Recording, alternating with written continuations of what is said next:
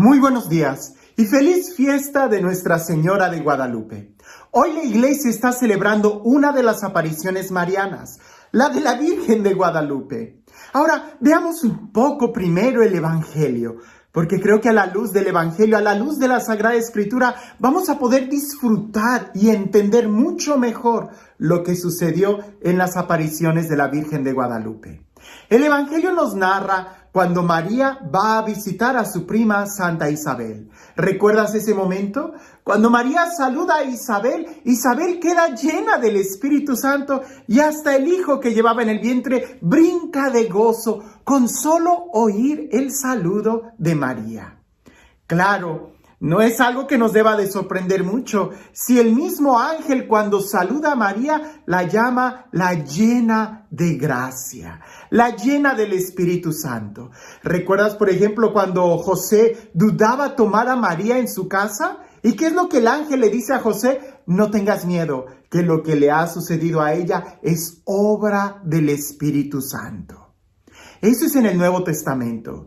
Si reflexionamos algunos de los textos del Antiguo Testamento que nos hablan de esas especies de epifanías o de encuentro que algunos han tenido con Dios, recordar por ejemplo a Moisés, cuando subía a la presencia de Dios y que pasaba mucho tiempo en oración, ¿no dice la Sagrada Escritura que bajó con el rostro radiante y que los que estaban ahí se daban cuenta de que él había hablado con Dios?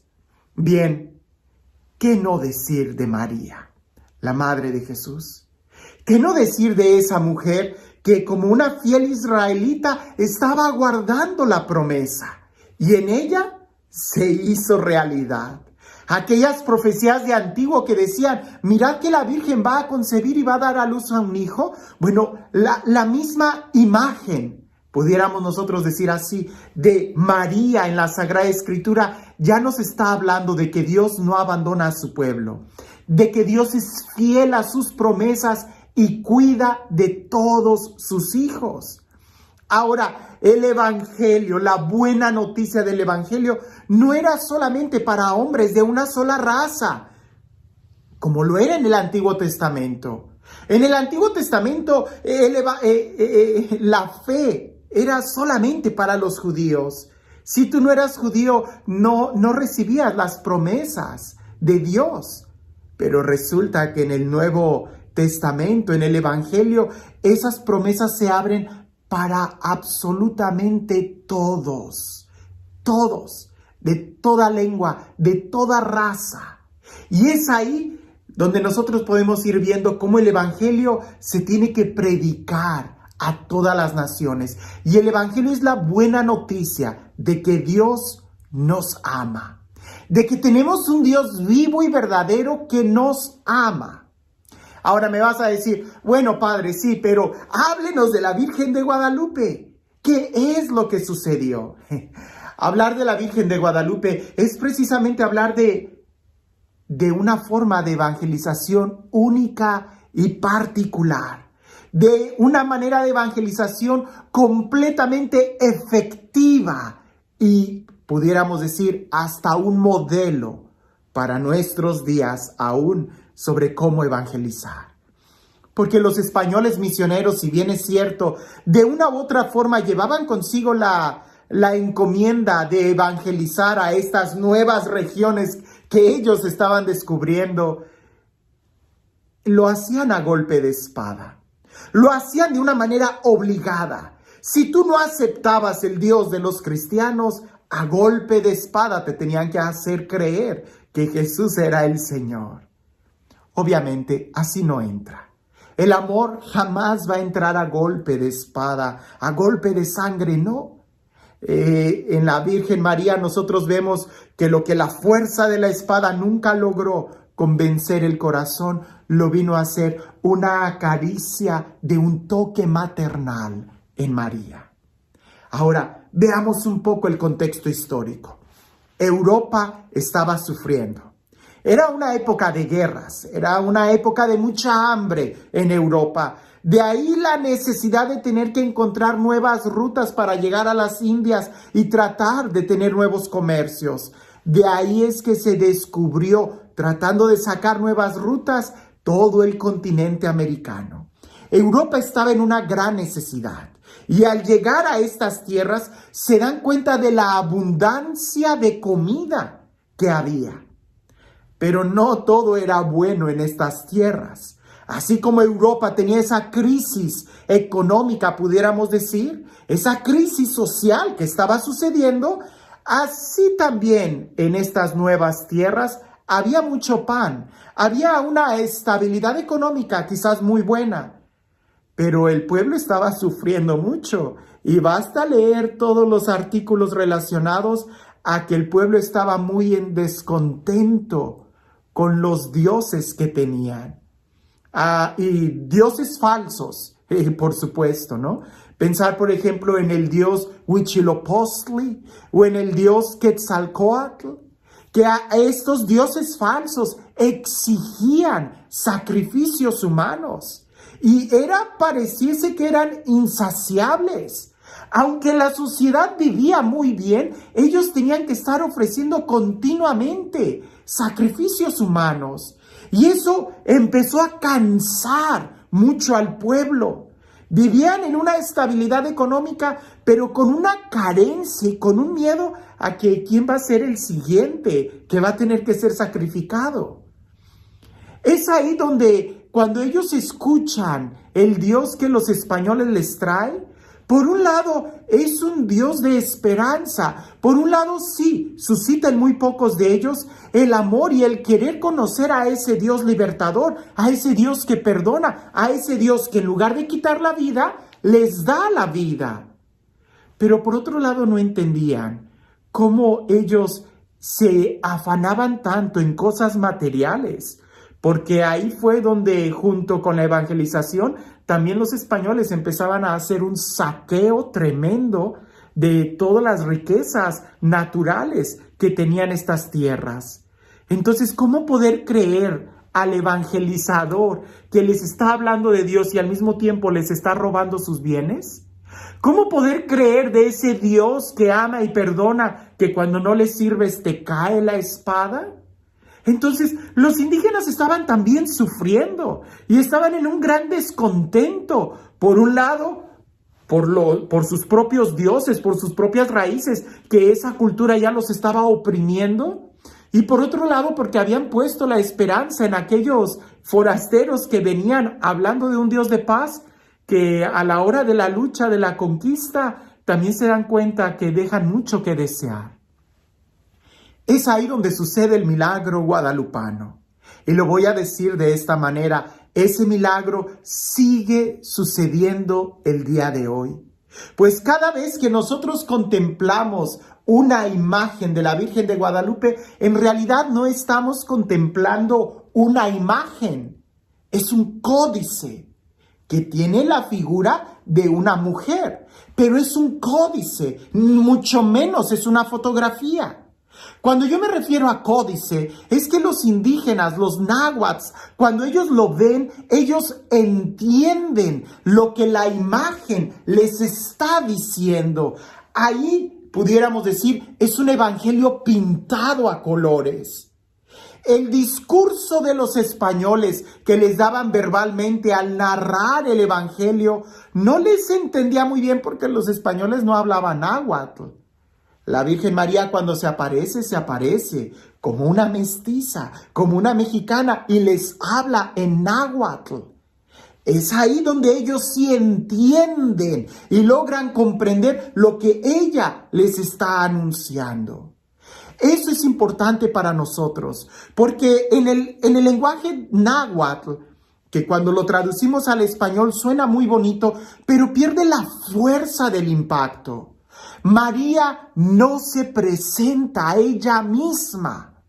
María está presentando a su hijo. María está hablando de su hijo. Y la forma náhuatl como presentan a alguien es precisamente dando un poco de referencia. Es como diciendo, yo soy el mensajero de. María cuando dice, yo soy la madre del verdadero Dios por quien se vive. Entendamos bien esto. María no se está presentando a ella misma. Ella está evangelizando. Ella viene a presentar a su hijo. Y por ahí algunos dicen que la mujer vestida de sol no está en realidad vestida de sol. Está vestida de un manto con estrellas, pero el sol está atrás de ella. Ella está preparándole el camino al sol de justicia. Está preparándole el camino a su hijo. Y hablar de todo el códice, entrar con todos los detalles que tiene, llevaríamos mucho tiempo, pero vale la pena. Porque hay algunos aspectos que en nuestra cultura occidental no se entiende, pero el indígena náhuatl lo logró comprender. Por ejemplo, para ellos, una mujer casada era una mujer que se hacía trenzas. Una mujer después de ser comprometida y que tenía relaciones sexuales con su marido, se hacía una trenza. Ya no tenía el pelo suelto. María, si tú la observas, tiene el pelo suelto y con un partido a la mitad, lo que significa que ella es virgen. Ella pudiéramos decir literalmente, es virgen. Pero también la postura que tiene con el cinto arriba de su vientre significa que ella está esperando un hijo. Esa es la mejor anunciación del Evangelio, pudiéramos decir, el mejor anuncio del Evangelio. La madre tierna que viene a hablar, la madre que trae un mensaje de esperanza, un mensaje de vida, la mujer que va a dar vida, no que la va a tomar, sino que da vida. Como madre, pero también ella de una manera particular con el mensaje que trae. Otro aspecto importante que pudiéramos ver son el juego de las manos.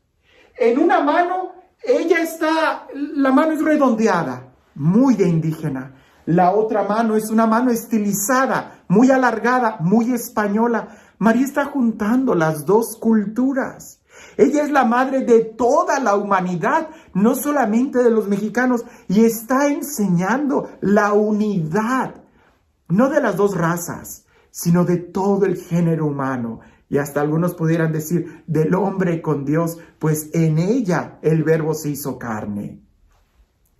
Lo importante, y quisiera yo que nos quedáramos con esta idea, el mensaje guadalupano sigue siendo un mensaje nuevo para nosotros. Porque ella, al presentarse como la madre del verdadero Dios por quien se vive, está hablando de Jesús. Ella no es Dios, ella es la madre del verdadero Dios por quien se vive y por quien vivimos nosotros. ¿A quién le damos? ¿Quién ha salvado nuestra vida? Jesús. Es Jesús el verdadero Dios. Pero ella viene en un momento para aplacar, para exterminar esos dioses falsos, Quetzalcóatl, Huitzilopochtli, esos dioses que exigían la vida humana. Y ella viene y dice, ya no ellos, sino el verdadero Dios por quien se vive, Jesús. ¿Es que acaso el día de hoy nosotros hemos logrado entender ese mensaje? ¿Es que acaso habrá algunos dioses falsos entre nosotros que exigen la vida humana? Alguien pudiera decir, no, padre, ya ni siquiera tenemos pirámides. Las pirámides son solamente de adorno. Esos templos de sacrificio ya nada más son de adorno para los turistas. Ya no tenemos dioses falsos. Sí hay muchos dioses falsos que siguen exigiendo la vida. Por ejemplo, el dios falso de un estereotipo de belleza, donde se puede entrar en anorexia hasta el punto de morir. El dios falso del placer, de la drogadicción, que las personas pueden incluso perder su vida y nunca ser saciados. El dios falso del poder, que buscan cada vez dominar más y explotar más al pueblo. El dios de la codicia, el dios de los narcotraficantes que te pide matar gente hasta que no encuentras esa saciedad en la codicia humana. Son dioses falsos. Son dioses que no dan vida, son dioses que no sacian, son dioses que lo único que hacen es quitarte la vida. María, con el toque maternal del amor, te está presentando al verdadero Dios por quien se vive. Contemplar a María es contemplar el Evangelio que sigue acercándose a nosotros. Y nosotros deberíamos de escuchar lo que el ángel le dijo a José: no tengas miedo de tomar a María en tu casa, de llevarla, de recibirla en tu casa. No tengas miedo de dirigirte a ella, dirígete a ella, pues no hay nadie mejor que te lleve a Jesús que María. Incluso en el Evangelio hay un mandamiento que María nos da: hagan lo que Jesús les dice. Acercarnos a María es de una manera segura acercarnos a Jesús, porque ella nos va a llevar a Jesús. Incluso en el Evangelio, ¿recuerdas cuando los 3 reyes magos en el Evangelio, aquellos magos de Oriente, sabios de Oriente, le regalan a Jesús oro, incienso y mirra? Jesús era un bebé y a ellos se los dan a Jesús. Te pregunto, ¿quién cuidó de esos regalos? María. Y no es precisamente Jesús quien nos deja a María en la cruz para que cuidemos de ella o para que ella cuide de nosotros.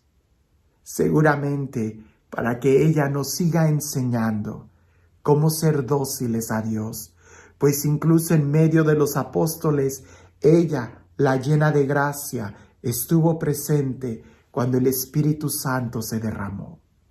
El día de hoy, no tengas miedo de tomar a María en tu casa y de invitarla a que venga y te hable, que con su toque maternal te muestre quién es el verdadero Dios por quien se vive. Y este Dios, el Dios del amor, el Dios de la vida, el Dios de la paz, el Dios que cumple sus promesas, el Dios que se acerca a nosotros y nos ama hasta el extremo de incluso darnos a su madre como madre nuestra, que sea Él quien el día de hoy te bendiga. En el nombre del Padre, del Hijo y del Espíritu Santo.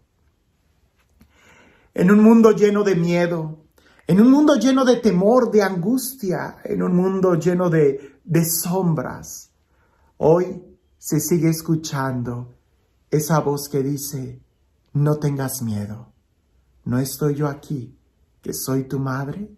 ¿No estás tú bajo mi regazo y mi protección?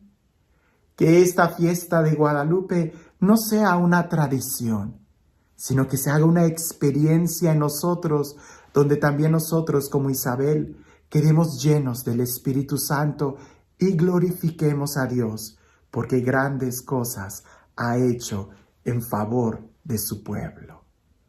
Que tengas un excelente día.